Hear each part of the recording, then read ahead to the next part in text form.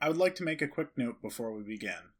This video is intended to pile several thousand years worth of religious beliefs into a tidy-looking stack. That is to say that various groups of Egyptians would have had different and fractured views of their religion in much the same way that today we can't get two groups of people to agree on what toppings a pizza should have. Let's go ahead and dive into today's topic. Although the Egyptians as a whole had wildly different views, they all agreed that the universe came from the primordial waters of Nun. Nun was seen as the source of all life, the cause of chaos, and was thought to have existed in every drop of water. The Egyptians relied on Nun to flood the Nile every year so that their crops would grow. He was often depicted as the father or direct ancestor of almost every other god. Ra was the first to emerge from the waters of Nun, and was said to have come in the form of a benben stone. He then spat forth Shu and Tefnut, both of whom we'll come back to in a minute. Ra was regarded as the sun god, and he was said to have been the creator of all other gods. He was said to travel through the sky on a solar barge called a Tet. Each day he would fly through the sky, and each night fly through the underworld, fighting monsters to return to the sky in the morning.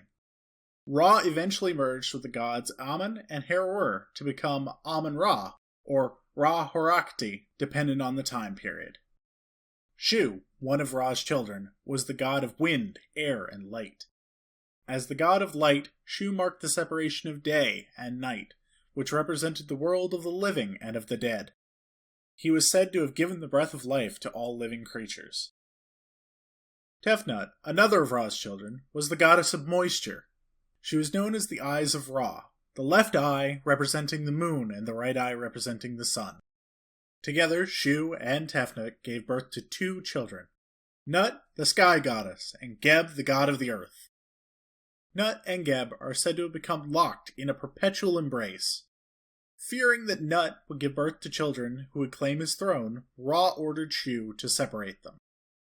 Ra decreed that Nut could not give birth to any children on any day of the year, which was originally 360 days. Nut was particularly upset by this, so she enlisted the help of Thoth, who for all purposes was the lawyer of the gods. Thoth made a bet with the moon for some of its light, and won 5 additional calendar days. With the addition of those 5 days, Nut gave birth to Osiris, heru'ur, Set, Aset, and Nephthys.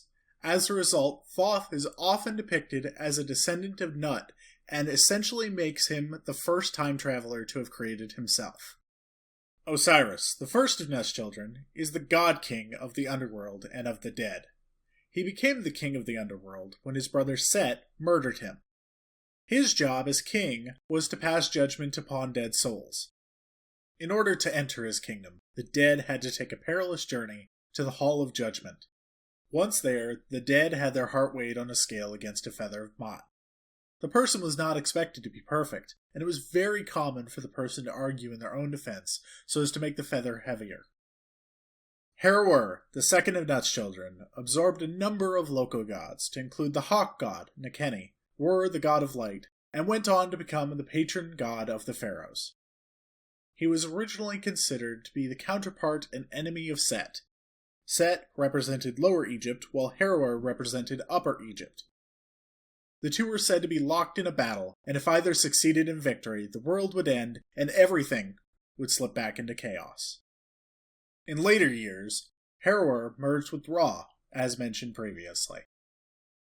Set, the third of Nut's children, was the god of storms and frightening events such as earthquakes and eclipses. He also represented the desert, and by extension the unknown. Even still, he is not always considered evil, and is often credited with protecting the oases of the desert, as well as coming to the defense of Ra. As with other deities in Egyptian mythology, no god is seen as purely good or purely evil. In effect, the Egyptians had no devil. Aset, or better known as Isis by the Greeks, was the fourth child of Nut. She is often depicted as the queen of the gods and bearer of knowledge. The easiest way to describe Aset was the Egyptians' version of St. Nicholas, patron saint of the downtrodden. Anubis, depending on what time period you manage to find yourself in, is either the son of Ra, the son of Isis, or the son of Osiris and Nephthys. Anubis was the original god of embalming, death, and the underworld. He eventually became the guide who helped souls on their treacherous journey to the Hall of Judgment.